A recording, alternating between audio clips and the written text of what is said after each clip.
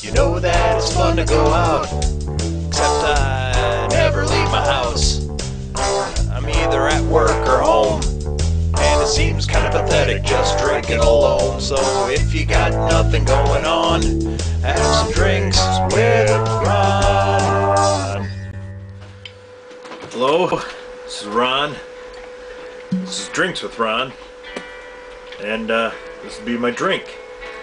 A bottle of Eagle Rare single barrel Kentucky straight bourbon whiskey, aged 10 years.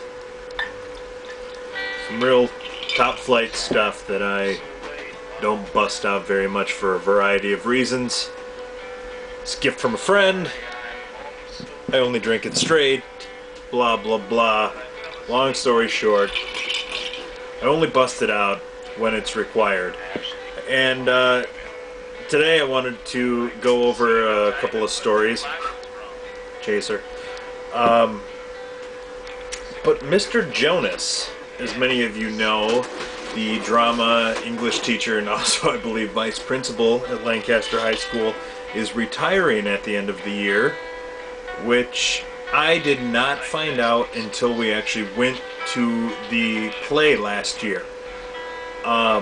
Read through the program and, you know, couldn't believe it because in my mind, you know, the guy's still got another 20 years to go. But he has been there a while and surprised me.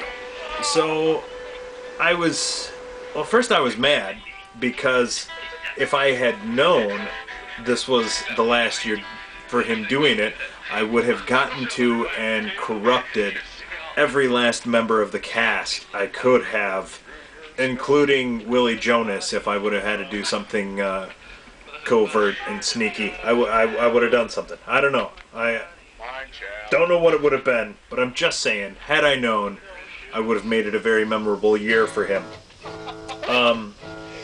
One of the things that we used to do backstage back in the day, of course, what was it, 94, 95, 96 when I was in the play, which would be right in the time frame of Weezer's coming in. And of course, if you all remember Weezer's debut self-titled album, also known as the Blue Album, track number 1 has a title, My Name is Jonas.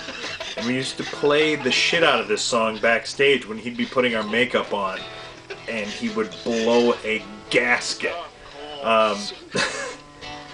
And it was just great. He'd be putting somebody's makeup on and he wouldn't even realize that it was like the third time it had played, and then it would just click and the switch would flip and someone turn that song off. I mean, it was just great. I would have put him through it all again if I had known. But another one, my personal favorite one. I gotta say, English teacher, Mr. Jonas. So you will know that grammar, of course, being a big thing with him. Well, his wife one day had let it slip during French class that one of his biggest pet peeves is preposition at the end of a sentence. Wrong guy to tell that to.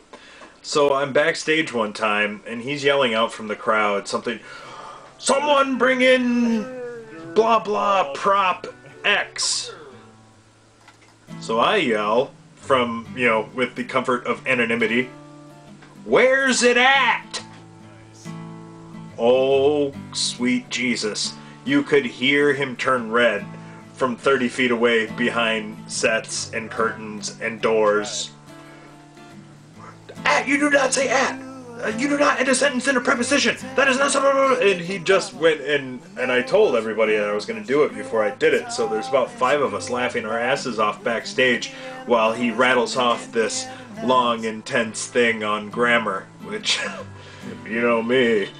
Well, grammar ain't not none of the best stuff you ever did see around here these days, some bitch. I don't know what the point of that was. But point being, we used to love to get him riled. But one that I forgot. I was flipping through the program when we got to the play, and 96 would have been my senior year. There was a bakery scene, and a bunch of us were the bakers. Well, Mr. Jonas went when Lancaster still had a bakery downtown. You know, people that had a trade and plied it for the good of the community, such times that are gone. in this bag of Walmart white bread day. But anyway, I digress. He got loaves of like artisan bread, looking real good, and shellacked them so that they would be props hitherforth. Problem was, he did not shellac them 100%. He forgot the bottom. And I noticed this. So slowly, as the practices went on, the rest of the bakery crew and I would flip these things over and pick the bottoms out and eat it. So by the time the play actually got there, he had a series of hollowed out shellacked bread coverings all over the place. And I completely had forgotten about that, and I laughed so hard when I read that. It's like, it felt good to know that we had jack-o'-laced around into Mr. Jonas's memory. So I just can't say enough about him and Mrs. Jonas and the play, the whole experience.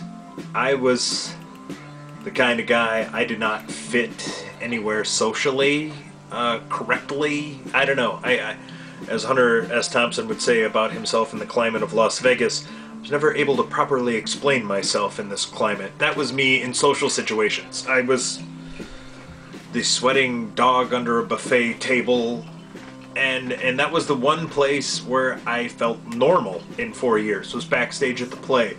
And believe me, Mr. Jonas getting any kind of performance out of high school Ron Tracy was the equivalent of squeezing blood out of a turnip. I mean, the fact that he was able to figure out how my limited talent and very, very limited attention span could translate into a handful of laughs over 3 plays. He found it and he got it. It was great, because I had no business being anywhere near that damn stage. But he is retiring, and even though I have a sneaking suspicion he will get his just due very soon, I just want to say a couple of things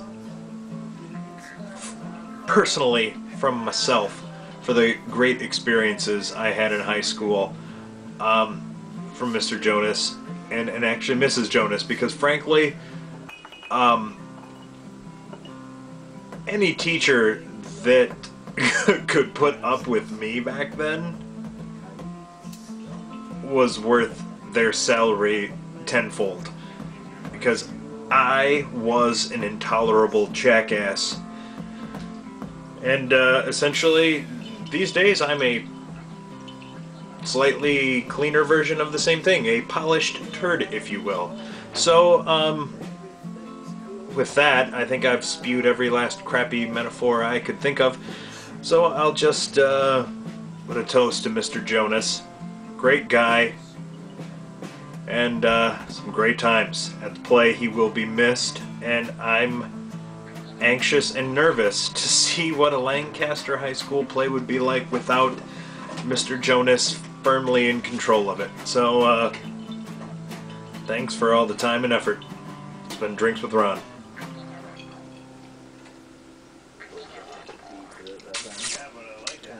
Eagle Rare. Smooth as silk.